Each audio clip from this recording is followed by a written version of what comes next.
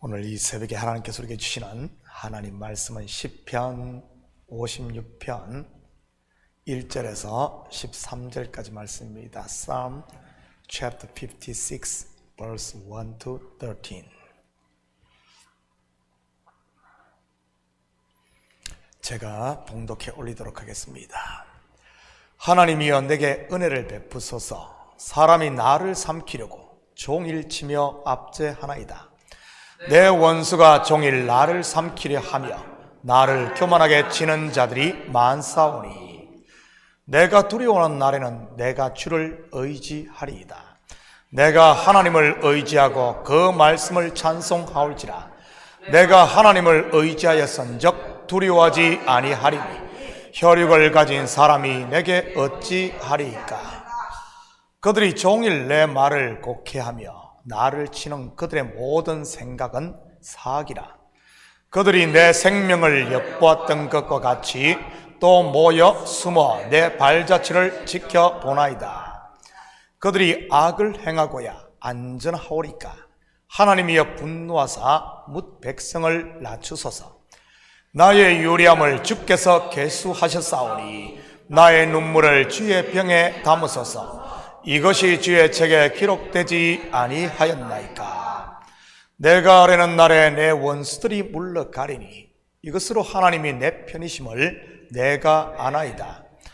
내가 하나님을 의지하여 그의 말씀을 찬송하며 여호와를 의지하여 그의 말씀을 찬송하리이다.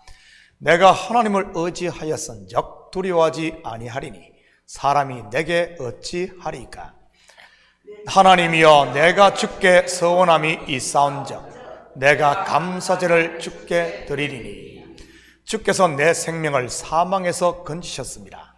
주께서 나로 하나님 앞 생명의 빛에 다니게 하시려고 실족하지 아니하게 하지 아니하셨나이까. 아멘. 좋은 아침입니다. 먼저 본시의 표제를 보면 다윗의 믹담시라고 되어 있습니다. 믹담이라는 말은 속죄라는 의미와 황금이라는 두 가지 의미가 있습니다. 다시 말해 속죄의 시 또는 황금의 시라고 할 수 있는 것이지요. 이 믹담시는 시편에 총 6편이 나오는데 한결같이 그 내용이 가히 탁월한 황금시인 것이 특징입니다. 그리고 두 번째 표제가 요낫 엘렘 르호김에 맞춘 노래라고 되어 있습니다. 이것은 일종의 운율의 표현인데 먼 너티나무 위에 비둘기 한 마리라는 뜻입니다. 여러분, 보통 비둘기들이 어떻게 삽니까? 집단으로 모여서 지붕 밑이나 아니면 전봇대 위에 앉든지 하지 않던가요? 그런데 먼 너티나무 위에 비둘기 한 마리, 어떤 느낌이 듭니까? 뭔가 처량하고 고독해 보이지 않습니까? 바로 그런 느낌으로 부르라는 말이지요. 마치 우리나라 아리랑처럼 말입니다. 그리고 부제가 무엇입니까? 다윗이 가드에서 블레셋인에게 잡힌 때, 이때가 언제죠? 사울이 자기를 죽이려고 했을 때 제일 먼저 피한 곳이 제사장들이 사는 높당이었습니다. 요즘으로 말하면 교회인 것이지요. 그런데 그곳에서는 떡을 먹고 자기가 죽인 골리앗의 무기를 받고 바로 떠납니다. 그리고 도망간 곳이 오늘 본문의 배경이 되는 블레셋 땅 가드인 것이고요. 블레셋은 5개의 도시국가로 형성된 나라로 사울이 다스리는 이스라엘과는 철천지 원수입니다. 골리앗이 이 가드 출신이었던 것이고요. 여러분, 다윗이 가드 왕 아기스에게 피한 이유가 무엇이겠습니까? 그 부분을 한번 볼까요? 사무엘상 21장 10절 11절입니다. 그날에 다윗이 사울을 두려워하여 일어나 도망하여 가드 왕 아기스에게로 가니 아기스의 신하들이 아기스에게 말하되 이는 그 땅의 왕 다윗이 아니니까. 무리가 춤추며 이 사람의 일을 노래하여 이르되 사울이 죽인 자는 천천히요 다윗은 만만이로다 하지 아니하였나이까 한지라.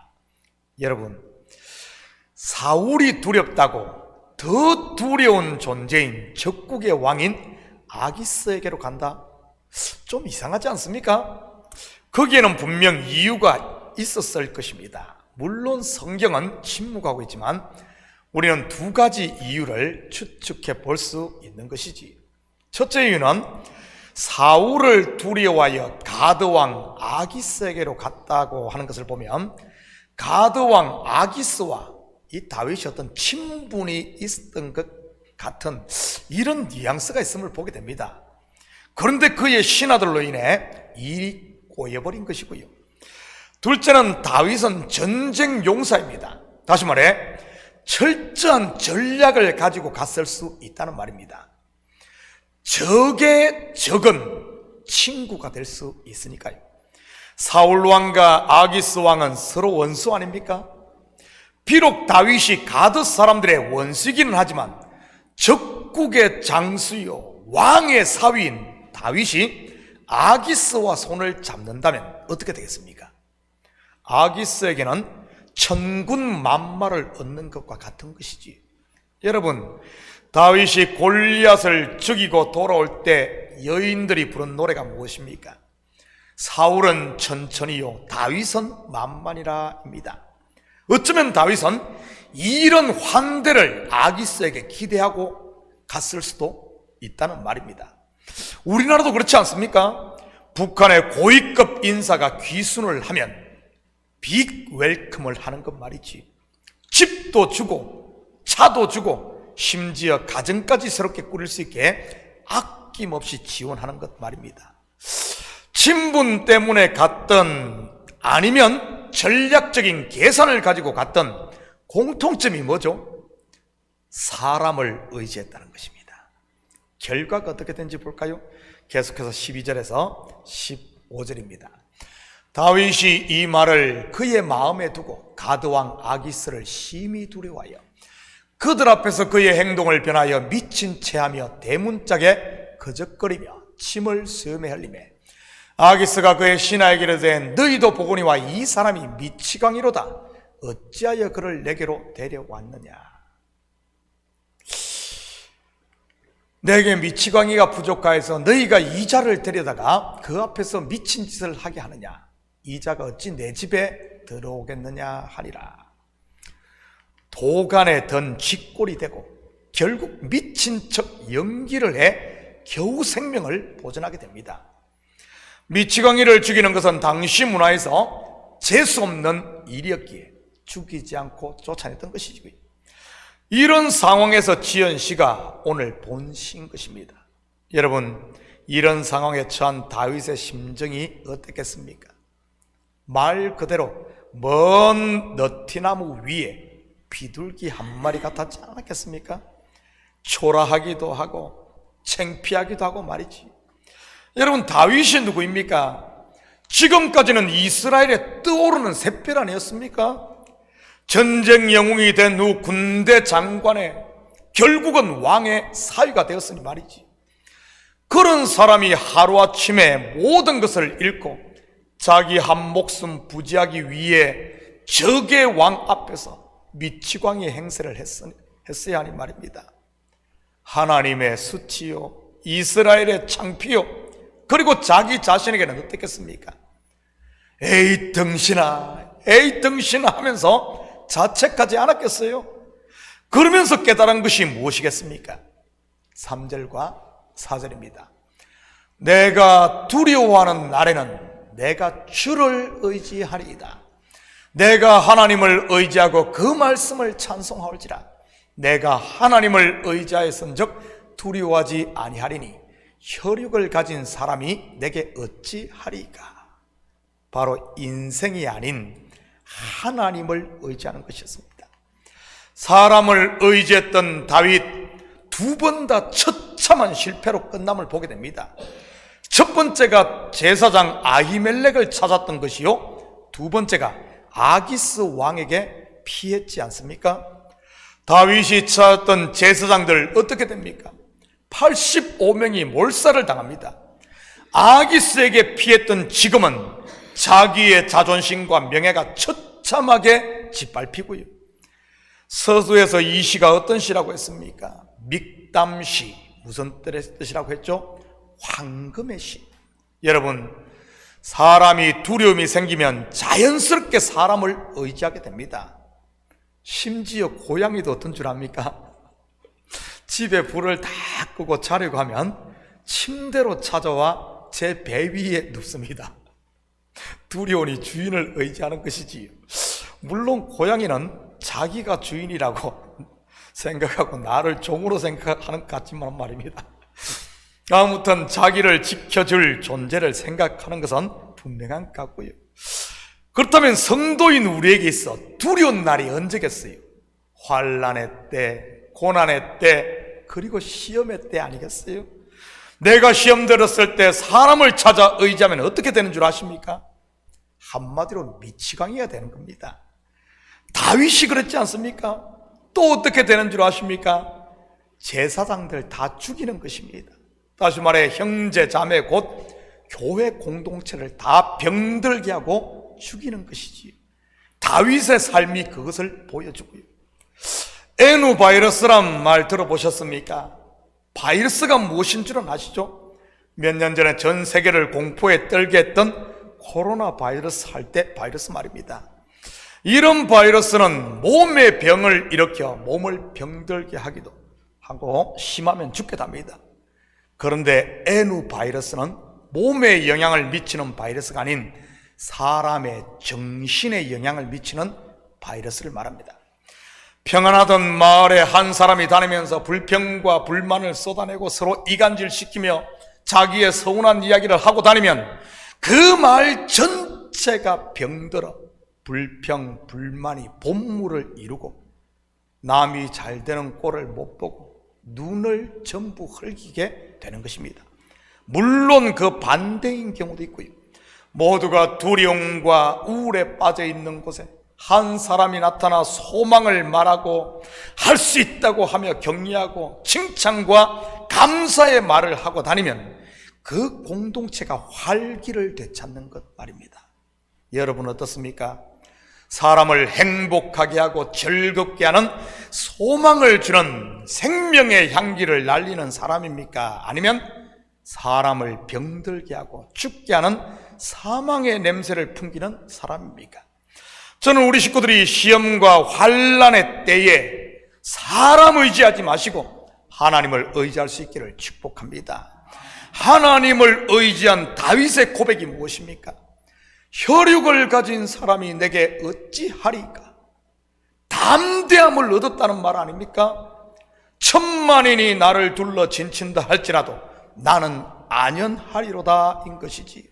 8절입니다. 나의 유리함을 주께서 계수하셨사오니 나의 눈물을 주의 병에 담으소서. 이것이 주의 책에 기록되지 아니하였나이까? 여러분, 다윗의 눈물 어떤 의미의 눈물이겠습니까? 먼저는 사람을 의지했던 자기 어리석음에 대한 참회의 눈물일 것입니다. 또 어떤 눈물이겠습니까? 나의 유리함을 주께서 계수하셨사오니 서러움과 억울함의 눈물일 것입니다. 그렇지 않겠어요? 다윗이 사울을 위해 한 것이 무엇입니까?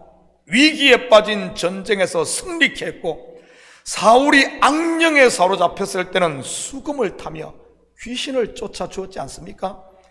뿐만 아니라 그의 군대 장관이 되어 충성되이 헌신을 다했고요. 자기의 목숨까지 아끼지 않고 말입니다. 그런데 그 결과가 무엇입니까? 반역자라는 불명예를 뒤집어 쓴 채 광야를 유리하는 도망자가 되었던 것입니다. 또한 외로움의 눈물도 있었을 것이고요. 모두가 자기를 떠났으니 말입니다. 요낫 엘렘 르호김, 먼 너티나무 위에 비둘기 한 마리처럼 말입니다. 그리고 또 어떤 눈물이 그의 눈에서 흘렀겠습니까? 12절입니다. 하나님이여 내가 주께 서원함이 쌓은즉 내가 감사제를 주께 드리니. 바로 감사의 눈물일 것입니다. 자기의 어리석음까지 받아주시고 은혜를 베푸시며 지켜주시는 하나님께 대한 감사 말이지. 눈물은 영혼의 치료제라는 사실 아십니까? 눈물을 흘려 보신 분은 아시겠지만 실컷 울고 나면 어떻던가요? 속이 시원해지지 않던가요? 일명 카타르시스를 느끼는 것이지. 세상의 눈물도 사람의 마음을 치료하는데 하물며 하나님 앞에서의 눈물은 어떻겠습니까? 주의 책에 기록되며 영혼을 소성케 하는 것입니다. 그래서 다윗이 이렇게 고백하는 것이고요. 13절입니다. 주께서 내 생명을 사망에서 건지셨습니다. 주께서 나로 하나님 앞 생명의 빛에 다니게 하시리고 실족하지 아니하게 하지 아니하셨나이까. 사망에서 생명으로 옮겼음을 확신하며 인생들 앞에 아닌 고람되어, 즉 하나님 앞에 살 것을 다짐하게 되었던 것입니다. 사랑하는 성도 여러분, 오늘 하루도 인생을 의지하겠다고 쫓아다니는 삶이 아니라 하나님을 의지하고 고람되어 오직 하나님 앞에 모든 것을 내려놓음으로 생명의 향기가 나는 이런 복된 하루 되기를 예수님의 이름으로 축복합니다. 같이 기도하십시다. 사랑의 아버지 하나님, 참으로 감사를 드립니다. 참으로 환난의 때, 시험의 때 사람을 의지했다가 낭패를 당한 아버지 하나님 다윗의 삶을 통해 우리 자신을 아버지 하나님 점검키를 원합니다. 우리에게도 지금은 환난의 때요 고난의 때입니다. 하나님, 이럴 때 사람 의지하는 그래야 미치광이가 되는 것이 아니라 오직 하나님만 의지함으로 감사제를 주님 앞에 올려드리는 저희들 되게 도와주시옵소서. 그래야 우리 마음에 평강이 있게 하시고 감사가 있게 하시고 처음 사랑으로 다시 한 번 더 충만히 채워져 오늘 하루 삶도 어느 곳에 가든지 생명의 향기를 날리며 아버지는 복음의 증인으로 사는 복된 하루 될 줄 믿사오며 이 모든 말씀 예수님의 이름으로 기도드립니다. 아멘.